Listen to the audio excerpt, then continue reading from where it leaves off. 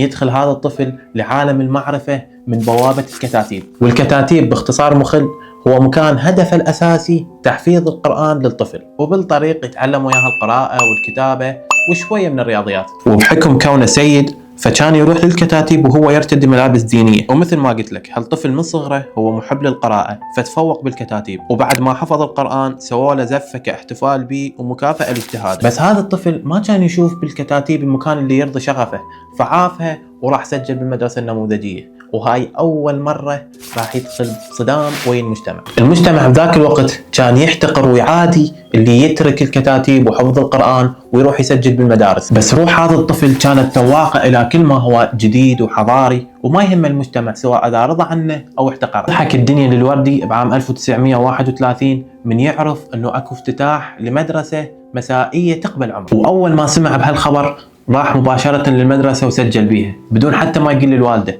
لأن يدري أنه والده مجرد أنه ما يعرف راح يعارض. يسمي الوردي هاي الفترة من حياته بفترة التحدي، لأن من جهة كان لازم يتحدى والده اللي كان يتوقع ويتمنى أنه ابنه يفشل بالمدرسة ويرجع للدكان، ومن جهة ثانية كان لازم يتحدى نفسه لأن كان يعاني من ضعف بصر وتلف نسبي بوحدة من عيونه. بس بالنسبة للوردي الشخص اللي عنده ولع بالكتب وشغف مجنون بالقراءة منذ الطفولة، هذا التحدي راح يكون ايزي بيزي لمون سكويزي. كانت نتيجة هذا التحدي هو تميز الوردي عن بقية الطلاب، ويتوج هذا التميز بالنهاية بإعلان الوردي الأول على الصف، وبسبب هالتفوق ينتقل من الدراسة المسائية إلى متوسطة الكرخ. بسنة 1932 يدخل الوردي للمدرسة النموذجية، وهنا يدخل الأفندي علي ويغادر السيد علي. بعد ما كان لابس العمامة والعباية والدشداشة يقرر الوردي بهاي السنة انه يترك هالزي الديني ويرتدي زي الافندية. ومثل ما تعرف المفروض تعرف يعني انه ثمن التمرد غالي، من يتمرد الفرد على السائد بالمجتمع من عادات وتقاليد المجتمع راح يكنسله. صار من يمشي بالاسواق بملابس الجديدة